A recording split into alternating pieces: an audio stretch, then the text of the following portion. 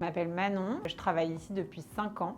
Je suis diplômée depuis 2021 et je travaille essentiellement en hospitalier, donc dans cet hôpital, et en libéral, également dans cet hôpital.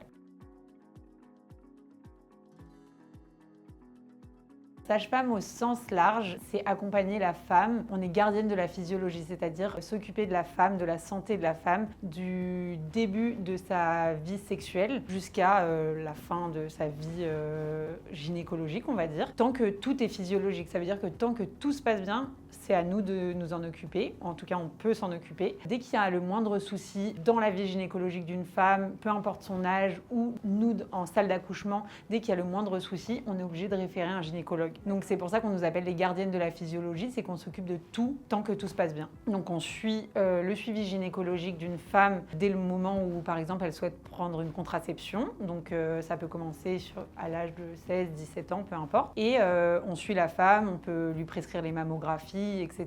Donc à un âge plus avancé, 50, 60 ans.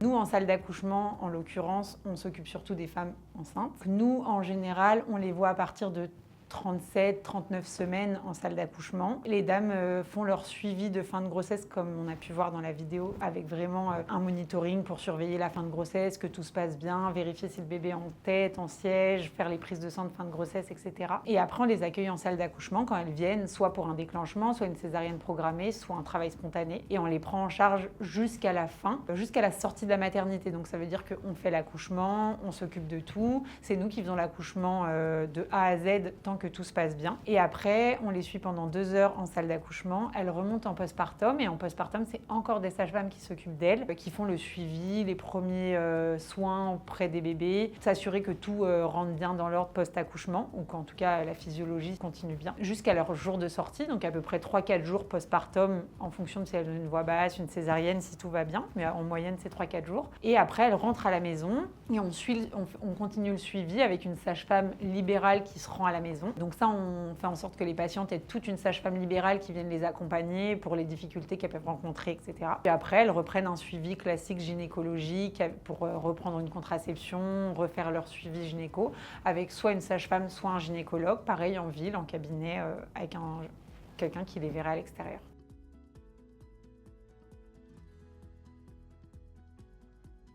Moi, en libéral, mon activité, c'est essentiellement les patientes qui vont accoucher ici, c'est les monitorings de fin de grossesse, etc. Après, on peut aussi faire des ateliers. On est certaines sages-femmes libérales qui font des cours de préparation à l'accouchement.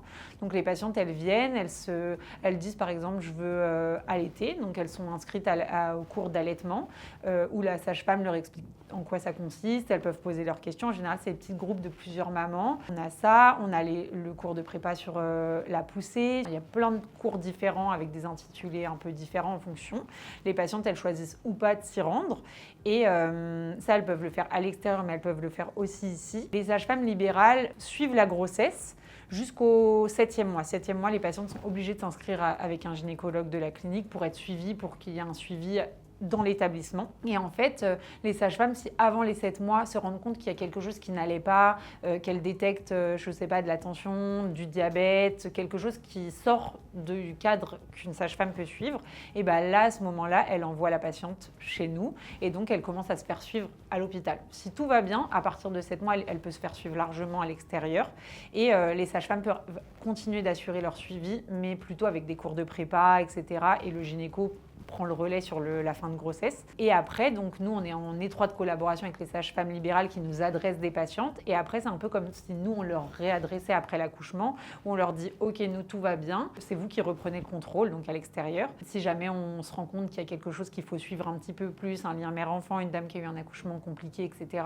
Alors là, on peut aviser vraiment des sages-femmes libérales en leur disant « Cette dame, il faut peut-être faire un petit peu plus attention. » Enfin voilà, on travaille vraiment en collaboration avec les sages-femmes à l'intérieur et à l'extérieur de l'établissement.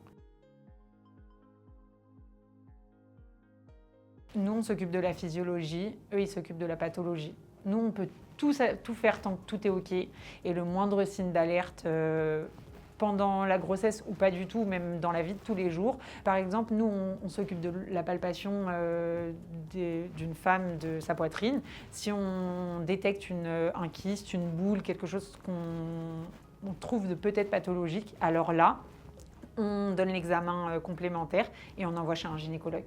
Si tout va bien, ça reste nous.